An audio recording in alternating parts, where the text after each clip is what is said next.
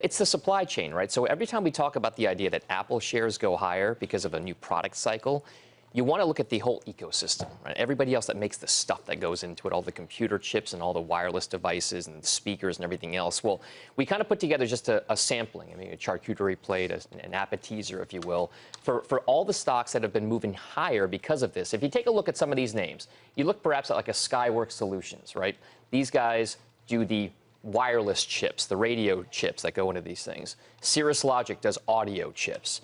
Broadcom, analog devices, all these semiconductor companies have all surged. You can see just this week, 15% for Skyworks, 14% for Cirrus Logic. All of these guys move higher because of what's happening with the iPhone. These pre-orders, maybe they're huge. I mean, Apple's not going to tell us those first week sales numbers, but we do know that a lot of people say that they're going to go out and buy the device. They've sold out of the jet black iPhone 7, the 7 Pluses and whatnot. So if you take a look at the whole ecosystem around it, the question is whether or not these guys will keep that momentum going.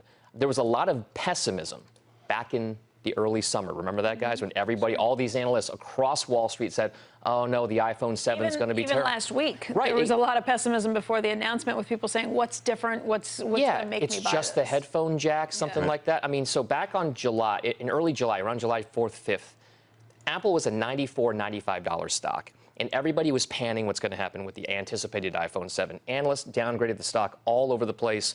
All of these suppliers took hits because of it. Right. Since then, it's been a massive run-up. So all of a sudden, everybody who came out, Arcuri over at Cowen, I remember he had a bullish note on Apple earlier this summer. He was like one of the only ones I read that had one of those bullish surprises. On a percentage basis, would you be better off owning Apple or over the past couple months, or would you be better off owning the components? It depends on the time frame that you're looking at. If you look at Apple shares since the summer, some of these guys have gone up a lot more. Skyworks has been huge. I mean, some of these players are more levered to it, right? It becomes more, they go down more when Apple goes down, but they go up more when Apple goes up. Apple shares have gained a lot, there's no doubt about it. The question now for a lot of investors is, all right, now that we've seen this run up, is this the buy the rumor, sell the news kind of event? Is it going to be a situation when Apple's run up 20% in just the past couple of months here? Is it going to be a situation where you say, hey, profits are there, let's take them? But a lot of people say that with Apple's iPhone, it's going to be about whether or not you see some of that holiday demand kind of pick up again. So, I mean, it becomes a bit of an issue.